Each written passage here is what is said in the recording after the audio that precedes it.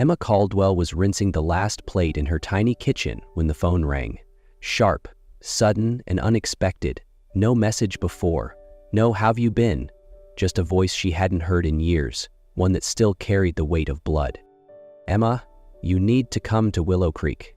Her father's voice, Richard Caldwell, was clipped and cool, a man who never wasted words, but beneath the cold edge she heard something unfamiliar. Urgency. "It's time you understood what I've built." Willow Creek, just a name to Emma. A forgotten place from fading photographs, filled with dust, horses, and the kind of sunsets that bled into the sky. A place where her mother left, her father stayed, and she never quite belonged. In Seattle, she lived small, quiet, invisible. The days blended into each other. Work, apartment, city lights. She no longer found beautiful. Something had always been missing. A quiet ache she couldn't name. Maybe that's why she didn't argue this time. Maybe she was tired of the silence.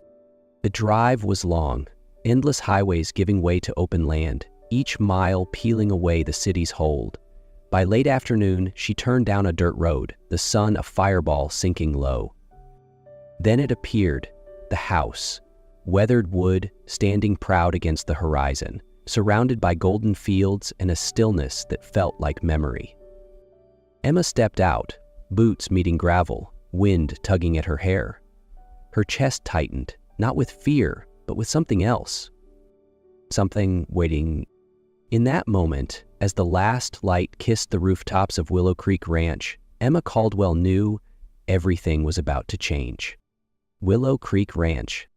The house stood before her like something pulled from an old dream, vast, weathered, silent. Time had shaped it, not ruined it. Silvered wood beams, stone steps kissed with moss, a wide porch wrapped the front like open arms, wildflowers spilling through the cracks. No one waited. Only wind sweeping across the porch and the distant thrum of hooves echoing from the far pastures. Then the door opened. Richard Caldwell, tall and unyielding like the land itself. His eyes skimmed over her without settling, cold as the years between them. No hug, no welcome home. "Have a look around," he said, voice flat, distant. "The new foreman will show you the ropes starting tomorrow. His name's Wyatt." And that was it. He turned and disappeared down the hallway, leaving Emma on the porch, standing in the shadow of a house that held no warmth. Only ghosts. That night, she slept in a guest room just off the main hall. The four-poster bed was layered in quilts soft as clouds. She left the window cracked, letting in the chirp of crickets and the rustle of leaves she hadn't heard in years. The sounds didn't scare her. They wrapped around her. And Emma slept, not from exhaustion, but because something in her had shifted. Slowly, quietly, but undeniably. First encounter with Wyatt. The sound of boots on the porch roused Emma from sleep. Morning light spilled through the window, golden and soft like a whispered secret. She pulled on a pair of worn jeans and a plain blouse, her hair still tangled from a restless night. When she stepped outside, he was already there. Leaning against a fence post, Wyatt Hale looked like something carved from the land itself. Tall, broad-shouldered, his flannel sleeves rolled up to reveal sun-warmed, sinewed arms. His hair was tousled, dark brown, but it was his eyes, deep, steady like dusk settling over the Montana hills, that caught her breath. "You're Richard's daughter?" he asked, voice low, rough like the wind across wheat. "Emma, right?" She nodded. He stepped forward, offering a horsebrush. Their fingers touched, calloused and warm, and something sparked beneath her skin. "Like this," he said, stepping behind her, guiding her hand to the chestnut mare named Ruby. His chest brushed her back. His breath touched her neck.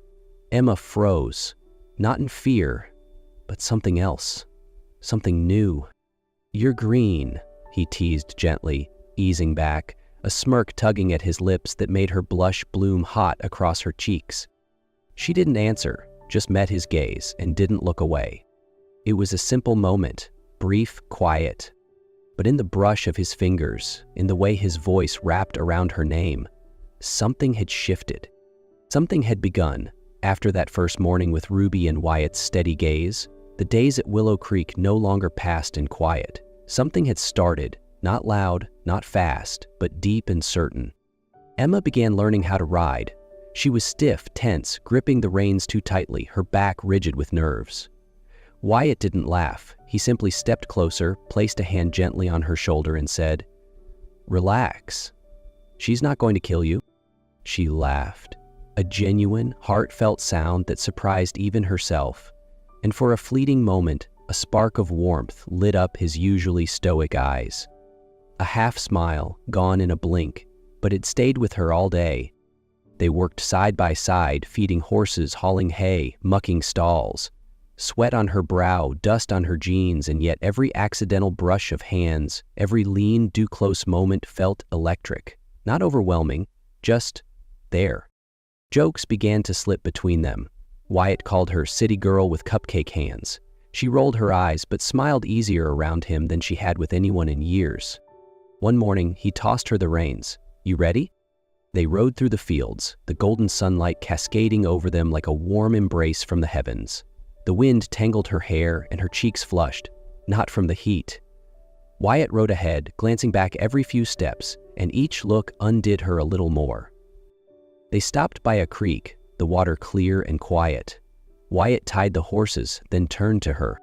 "Come on down," he said, reaching up. She barely had time to react before his hands were at her waist, lifting her gently off the saddle. Her feet touched the ground, but his hands didn't leave. Instead, his thumb brushed slow, deliberate circles along her waist. Light, intentional. "You okay?" he asked, voice low, his eyes locked onto hers. She nodded, unable to speak. He handed her a canteen. She drank, lips glistening, then passed it back. But his eyes, they lingered, not on her face, on her mouth. Something passed between them, quiet, heavy. A pull neither moved toward, but neither stepped back from. Choosing to prolong the moment, they decided to walk back, leading their horses side by side, allowing the lingering silence to speak the words they weren't yet ready to say. Their horses trailing behind and their arms brushing occasionally in the breeze. That night, Emma lay in bed, fingers tracing the place he had touched. The skin still remembered, the air still held his scent. And for the first time in a very long time, she wanted more. Their connection grew slowly, through shared chores and sweat, through playful jabs, "You sure those city hands can hold reins?" and her dry replies. She found herself laughing more, feeling lighter in a place that had once felt foreign. One late afternoon, after riding out past the ridge, they stopped beneath an old oak. Wyatt laid out a blanket and gestured for her to sit. She did, folding her knees beneath her sundress, her breath catching from the ride. The sun was melting into the horizon, casting a golden-pink hue across the plains. Emma hugged her knees, watching birds sweep low in the distance. "It's so quiet," she murmured. Wyatt sat beside her, close, not quite touching, but almost. Then his hand reached out, resting lightly on her bare arm. His thumb began tracing small circles into her skin, slow, delicate, thoughtful. She froze, but didn't pull away. Each circle burned, not with fire, but with awareness, like her skin had just remembered it could feel. "What are you thinking?" he asked, voice soft, barely above a whisper. She turned to him. Their eyes met, and for a long moment, she didn't remember who she used to be. "I'm thinking," she whispered, "maybe I'm not the same girl I was when I got here." Wyatt didn't answer. He didn't have to. His eyes told her everything. On the ride back, they said little. But Emma's arm still tingled where his fingers had moved, those quiet circles spinning long after the sun had gone down. That evening, they rode back blanketed in dust and gold, the last light of day burning soft across the plains. Emma thought it might end with a quiet goodnight, a smile, a brush of hands. But Wyatt's eyes, when they reached the stables, held something else, darker, deeper, a decision. "Come with me," he said, low, tight. He led her behind the barn to the hayloft, a place dim and still, lit only by the glow of a single lantern. The scent of hay, sweat, and summer heat wrapped around them.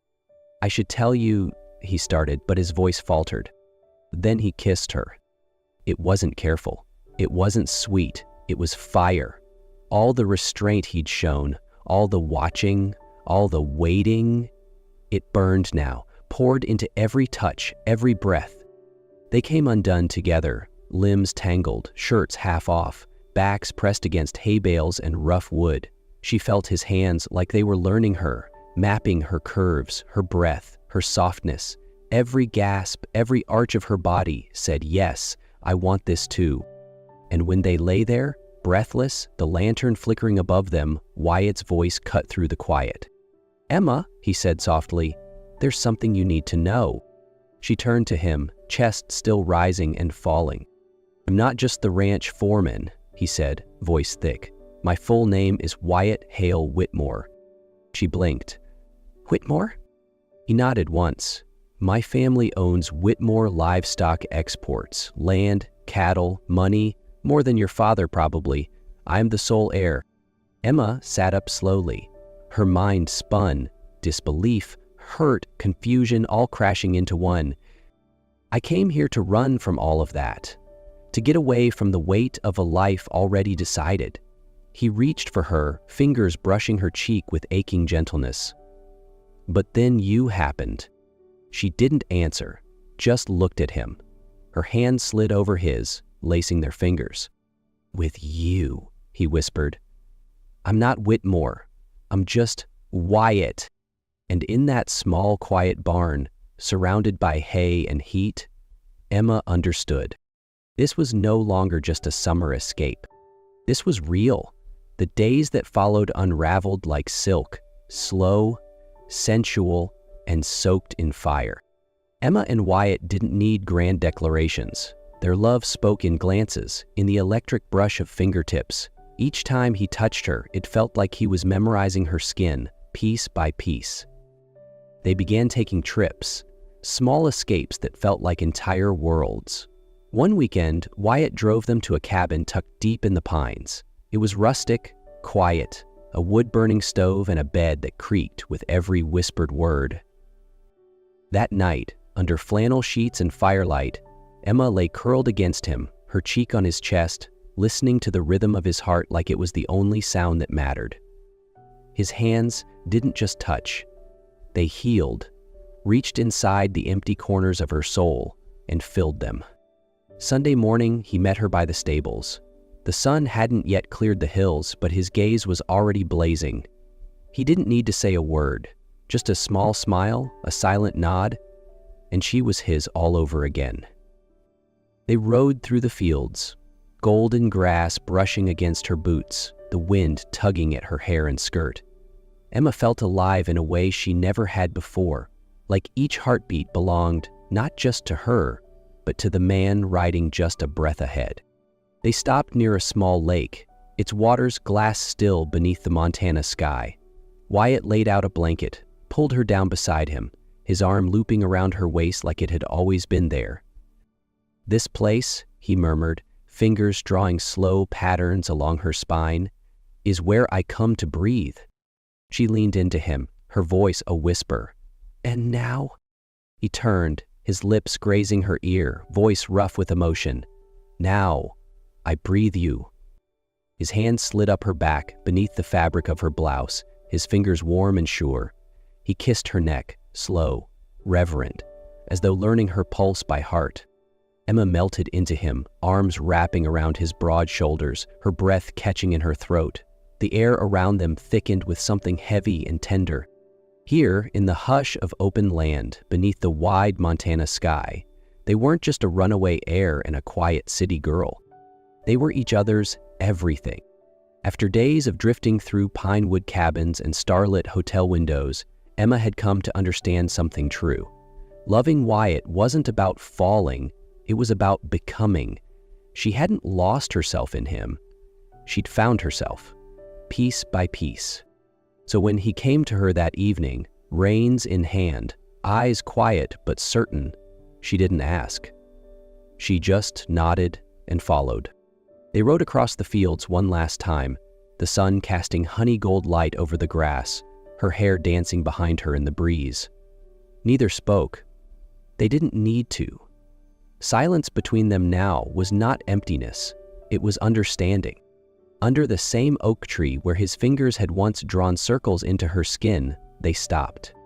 Wyatt took his time, unsaddled the horse, spread out the blanket, then sat beside her. His hands slipped into hers, familiar, grounding. "I spent so long running from everything," he said softly, his gaze steady. "And then I met you, and realized some things aren't meant to be escaped. Some things are meant to be found." He pulled a small box from his pocket. Inside, a simple ring. No sparkle, no spectacle, just the quiet gleam of everything that had brought them here. "Emma," he said, voice low and a little rough, "will you marry me? Not because of who I am, but because with you, I'm exactly who I want to be." Their wedding didn't happen in a grand cathedral or beneath a crystal chandelier. It happened out in the open, on the very same field where they had once ridden side by side, where an old oak tree bore witness to the first circle he ever traced on her skin, where love had arrived softly but stayed fiercely. That summer, Willow Creek bloomed in golden light. Wooden benches lined a narrow aisle of grass. Wildflowers were woven into garlands, into Emma's hair, and hung from the low branches like blessings. Not far off, the horses stood still, quiet, as if they too knew the day was sacred. Wyatt waited at the end of the path, dressed in white linen, eyes fixed on only one thing: Emma, walking toward him. She didn't come alone. Her father, Richard Caldwell, the man who had once been a silence she could never fill, now held her hand. He didn't speak, but as he placed her hand into Wyatt's, he nodded, a small, solemn gesture.